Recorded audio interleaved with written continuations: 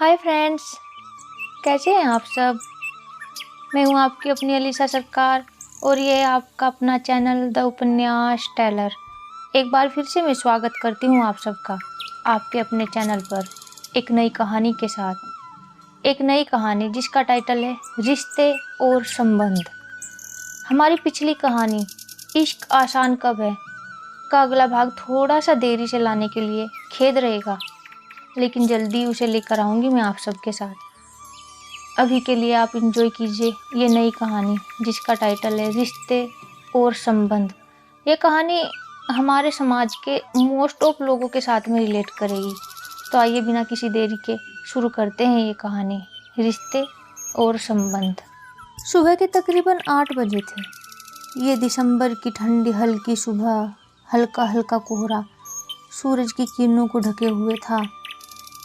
अर्पिता एक 24-25 साल की लड़की, रंग गोरा, औसतन हाइट, बड़ी बड़ी आंखें और थोड़ा ज़्यादा ही दुबली पतली, जिसे देखकर अक्सर आयुष बोल दिया करता था कि माइनस में चली गई हो तुम, कुछ ख्याल रखा करो खुद का, नहीं तो एक दिन तुम गायब होकर मिस इंडिया बन जाओगी।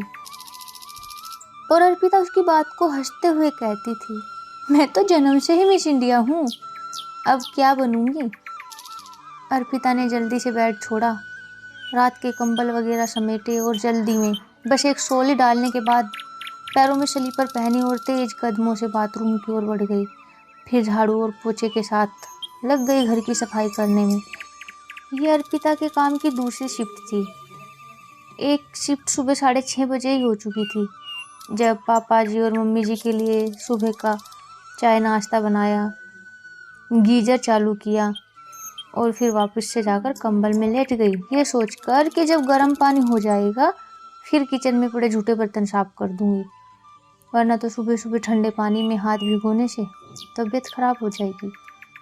अर्पिता झाड़ू पोछा बर्तन इत्यादि काम खत्म करके छत पर बैठी अपनी सास के पास जाकर धीमे से बोली, मम्मी मम्मी मम्मी का फ़ोन आया था, रात उनकी तबीयत ठीक नहीं है, मुझे और तन्वी को घर बुला रही थी कि कुछ दिनों के लिए तुम लोग आ जाओ तो मुझे थोड़ा अच्छा लगेगा। इतना सुनने के बाद अर्पिता की सास राजेश ने जवाब दिया, देखो काम तो ऐसा कुछ खास है नहीं हमारे घर में, जो ये काम है इसे तो मैं अकेली आराम से कर लेती हूँ और तुमसे अच्छा और जल्दी से भी कर लेती हूँ। तुमसे काम निपटाया ही नहीं जाता, सारा दिन लगी रहती हो, जबकि मैं तो 10 बजे सुबह अपना सारा काम फिनिश कर लेती हूँ जब तुम नहीं होती। फिर भरते हुए अपने घुटने पकड़ के बोली, लेकिन मेरे घुटनों का दर्द मुझे बहुत तंग करता है और सर्दी में मुझसे सुबह जल्दी उठकर नाश्ता भी नहीं बनाया जाता, और ये घुटनों के दर्द की वजह से मुझसे पोछा भी नहीं लगेगा। तो बहू, तुम ये मायके जाने का ख्याल भूल ही जाओ, सर्दी वैसे ही हो रही है, तन्वी को रास्ते में सर्दी लग गई तो और परेशानी होगी। वैसे काम भी कोई दिक्कत नहीं है, काम तो मैं चलते फिरते निपटा लूँ सारा। राजेश की बातें सुन के अर्पिता को बुरा लगा, लेकिन प्रत्यक्ष में कुछ बोल के वो अपनी भावनाओं को व्यक्त नहीं कर पाई और मन ही मन धीरे से बोली, मैं कुछ करती कहाँ हूँ, जब कभी घर जाने को बोलूँ तो जाने भी नहीं देती, काम हमारे घर में है भी कितना है, ये डायलॉग चिपका देती है और फिर चुपचाप दोपहर का खाना बनाने में लग गई आकर। अर्पिता जब खाना बना रही थी उसे कमर और पेट में जबरदस्त दर्द महसूस हो रहा था, जांघों से जैसे दर्द फटके निकल रहा हो। एक एक पल खड़ा रहना उसके लिए भारी होता जा रहा था और ये असहनीय दर्द कोई अजनबी तो नहीं था। हर महीने के कुछ दिन इस असहनीय पीड़ा से गुजरते हैं उसके भी, हर औरत की तरह। फिर भी हिम्मत करके सबके लिए रोटियां बनाई और सबके खाने के बाद बर्तन वॉश बेसिन में समेट कर किचन लॉक की और जाकर रूम में लेट गई, इस ख्याल से कि थोड़ा सा राहत के बाद बर्तन धुल दूंगी। फिर उसे याद आया कि उसकी मम्मी की तबीयत ठीक नहीं है। और इसी ख्याल से उसने फ़ोन उठाया और अपनी मम्मी को फ़ोन लगाया। हेलो मम्मी, अब कैसी तबीयत है आपकी? उसने हेलो के साथ ही सवाल कर दिया था। सामने से जवाब आया, हेलो, हाँ बेटा, अभी ठीक हूँ। डॉक्टर 4 दिन की दवा दिया है। तुम आ रही हो ना? बहुत मन कर रहा है तुम्हें देखने का। अर्पिता चुप। कुछ पल की खामोशी के बाद दबी आवाज में बोली, मम्मी, मैंने मम्मी से पूछा था सुबह, वो रहने के लिए मना कर दिए। मैं शाम को आयुष से बात करती हूँ, ज़्यादा नहीं तो 1 दिन के लिए तो वो मिलाने के लिए लेकर आ ही सकते हैं। सामने से जवाब आया, ठीक है बेटा, देख लेना फिर बात करके, या तो सुबह से शाम तक के लिए आ जाना या फिर शाम को आ जाना, रात को रुक कर सुबह चले जाना। अर्पिता की मम्मी ने कहा था और अर्पिता ने हाँ जी, बात करती हूँ शाम को उनके ऑफिस से आने के बाद। आप अपना ध्यान रखें। अब मैं रखती हूँ, कहकर फ़ोन कट कर दिया।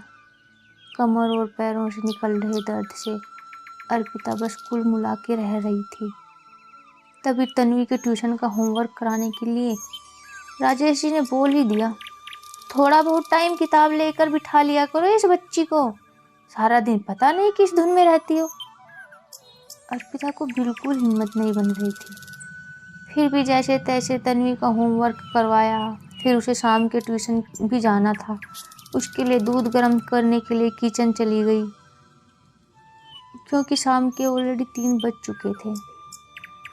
फिर भी जैसे तैसे खुद को समेटकर किचन में रखे बर्तन साफ किए और शाम की चाय बनाने लगी।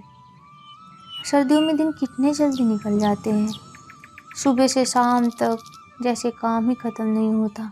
अर्पिता शाम की चाय बनाते हुए यही सोच रही थी। फिर मम्मी पापा को चाय देने के बाद एक प्याली चाय के साथ बैठ गई खुद पीने।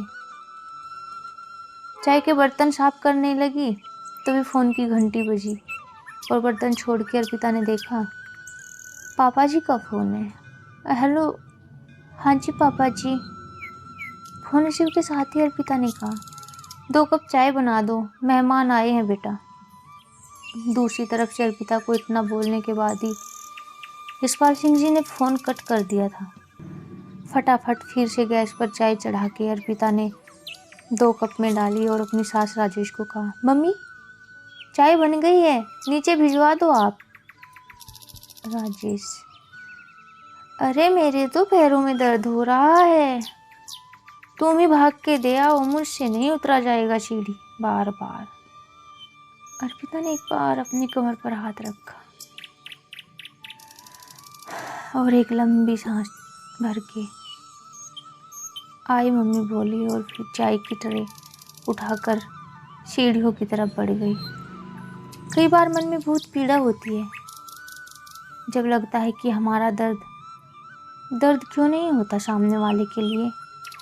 इसी अंतर वेदना से जूझती अर्पिता अब शाम के खाने की तैयारी करने लगी थी। शाम के 6 बज चुके थे। आयुष भी घर आ चुका था। अर्पिता रोटियां बना रही थी। आयुष हाथ मुंह धोने के बाद किचन में आया और पीछे से अर्पिता के दोनों कंधों पर हाथ रखते हुए कहा, मैडम जी क्या बनाए हो आज खाने में? अर्पिता ने मुस्कुराते हुए जवाब दिया, राजमा और रोटी। मम्मी ने शाम में चावल बनाने से मना कर दिया था, तो चपाती से ही राजमा खाना पड़ेगा मेरे बाबू को। अच्छा तुम एक काम करो आयुष, जल्दी से मम्मी को खाना दे आओ और तन्वी को लेते आना उनके पास से, तब तक मैं तुम्हारा और तन्वी का खाना लगा देती हूँ। कहते हुए रोटी की प्लेट आयुष को थमा दी थी अर्पिता ने। आयुष ने रोटी चबाते हुए ही पूछा था, क्या हुआ है मम्मी को जो तुम्हें जाना है? आयुष का लहजा प्रश्नात्मक था, जो अर्पिता को गुस्सा दिला दिया था। सुबह से दर्द की वजह से अर्पिता थोड़ी सी चिड़चिड़ी हो रखी थी और आयुष के ऐसे जवाब से उसने फ्रस्ट्रेशन में झल्लाते हुए कहा, कुछ भी नहीं हुआ है, मुझे मेरी मम्मी से मिलने जाना है बिना कारण, बस मेरा मन है, मुझे जाना है तो जाना है, कल सुबह या शाम, कब लेकर जाओगे इतना बता दो। इतना कहने के बाद अर्पिता चुप हो गई और किचन से दूसरे काम निपटाने लगी। शारीरिक पीड़ा मन की पीड़ा में जैसे घुलती जा रही थी। आपको यह कहानी कैसी लगी कमेंट करके हमें ज़रूर बताएं। अगर वीडियो पसंद आया है तो लाइक करें और चैनल को सब्सक्राइब भी करें। इस कहानी का अगला भाग लेकर मैं जल्दी आऊँगी। तब तक के लिए bye bye and take care all.